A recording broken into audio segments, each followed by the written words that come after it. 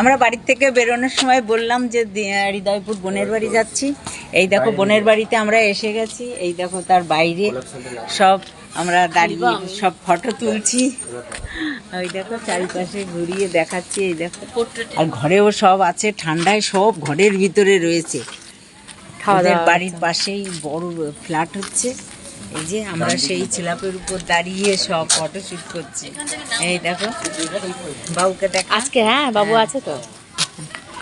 এটা কোথায়? হৃদয়পুরে? হ্যাঁ হ্যাঁ, এটা হৃদয়পুর পুনঃকন্যা আশ্রমের পাশে, কবরখোলা কলেজ তার পাশেই। আচ্ছা কি উপলক্ষে আজকে? আজকে মানে বিয়ের পরে প্রথমেই ওকে খাওয়াচ্ছে। বিয়ের পরে প্রথম 8 দিন খেয়েছে। হ্যাঁ পূজা, ওই তো ওকে ভিডিওতে আসছে। উপলক্ষে আমরা সবাই এক জায়গায় চলে এসেছি। সবাইকে বলেছে, সব আত্মীয় স্বজন মিলে আবার এক জায়গায় আমরা।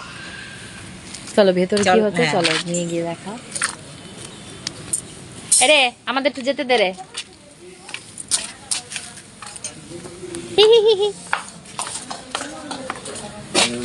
রড দিয়ে করেছে, দেখেছো? বলে রড দিয়ে বাবু খুঁচিয়ে দেখছি।